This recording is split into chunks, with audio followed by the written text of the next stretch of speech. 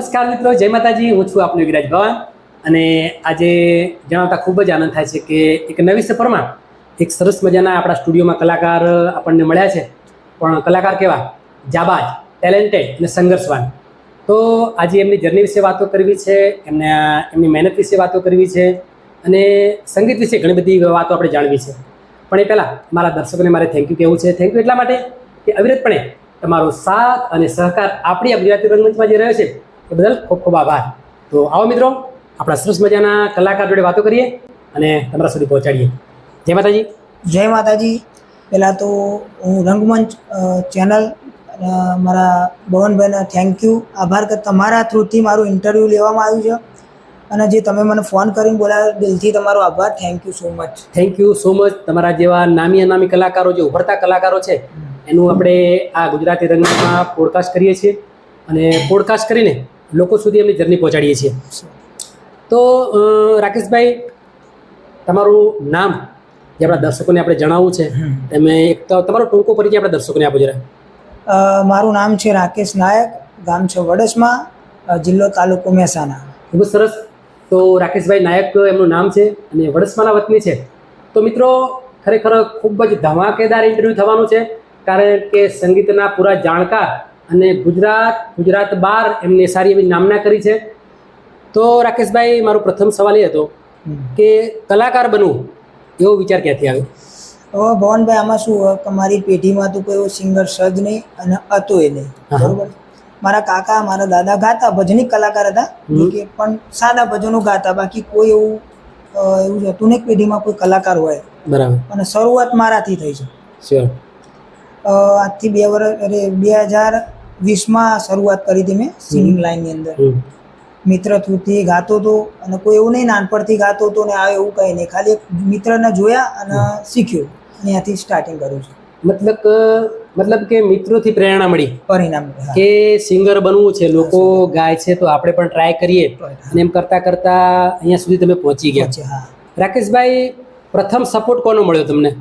પ્રથમ સપોર્ટમાં તો શું, પહેલાં તો મા બાપ એ આપણા ગુરુ, મા બાપનો સપોર્ટ હોય. મારા મોટા ભાઈ વિશાલભાઈ, અમારા જગદીશભાઈ, નાના ભાઈ, મા બાપ, એટલે પરિવારનો તો જો કે સપોર્ટ હોય જ છે. પ્રથમ સપોર્ટની વાત કરો તો મારા ઓર્ગેનાઇઝર શ્રી દિલીપભાઈ ટોળિયા શાહવાડીથી ખરેખર બહુ સપોર્ટ છે અને અમે દિલથી આભાર. થેન્ક યુ સો મચ કે મને આટલા સુધી પહોંચાડ્યા.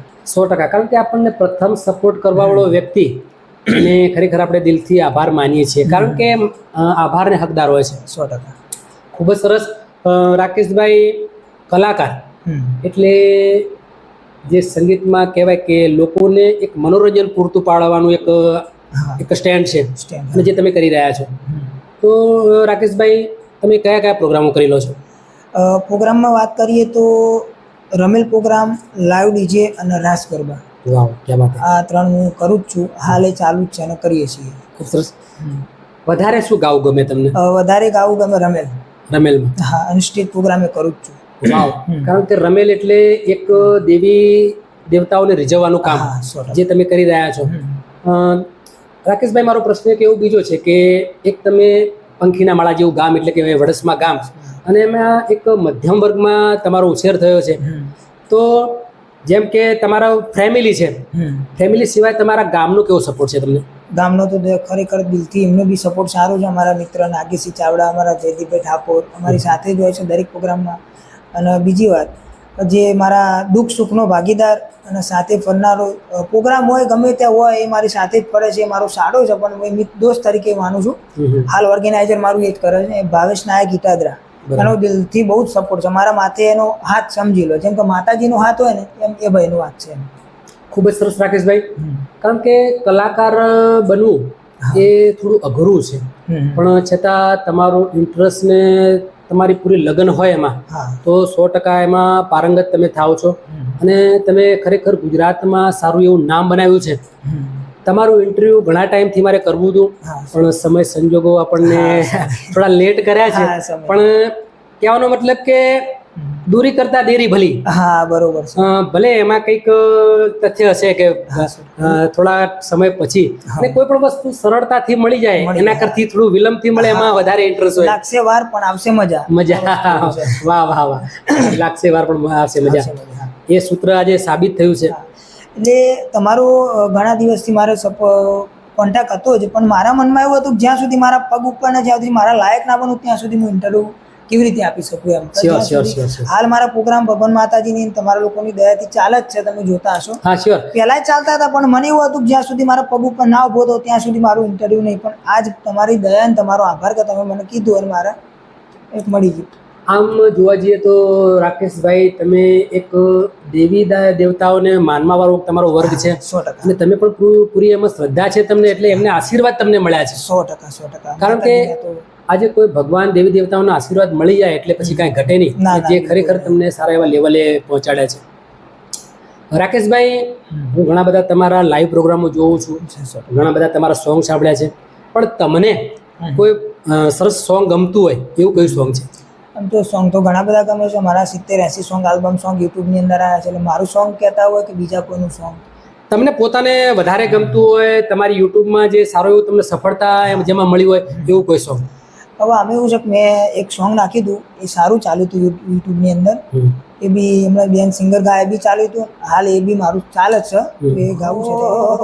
અરે એકલા પડ્યા ઘોડી અમે એકલા પડ્યા, એકલા પડ્યા ઘોડી અમે એકલા પડ્યા, વાતો વિહરી ગયા આદલડે દાદરે પડ્યા, ઘોડી કોની વાદે રે ચડ્યા.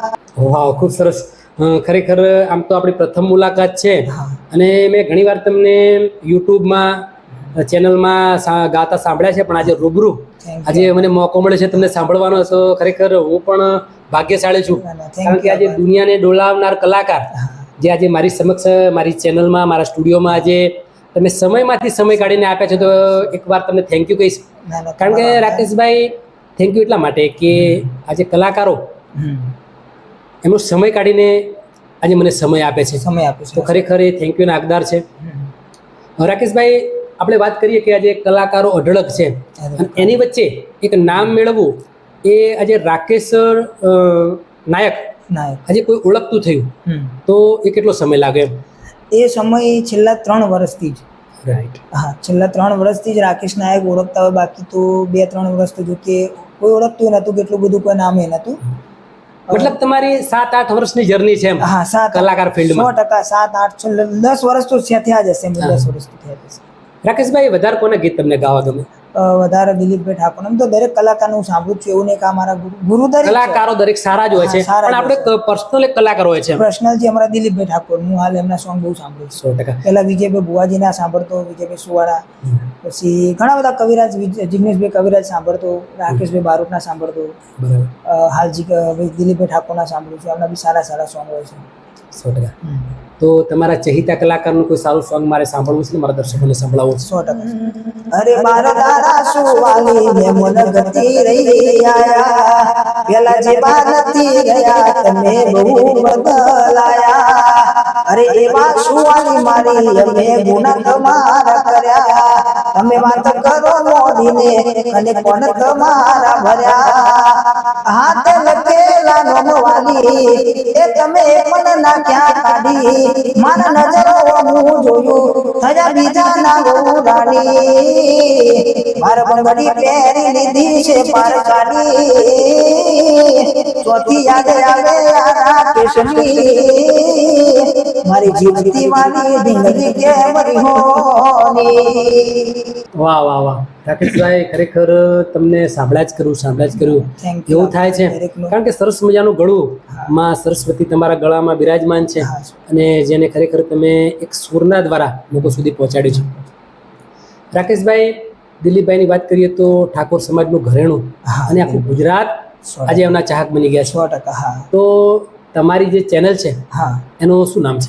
મારી ચેનલ નામ છે ભાવેશ નાયક ઓફિશિયલ, જે મારો ઓર્ગેનાઇઝર એમની પોતાની ચેનલ છે, પણ મારી ચેનલ છે. મતલબ 100%. હાલ બધા એમાં અંદાજે કેટલા સોંગ તમે મૂક્યા છે? અંદાજે લગભગ મારા 70-80 સોંગ મારા અંદર હશે.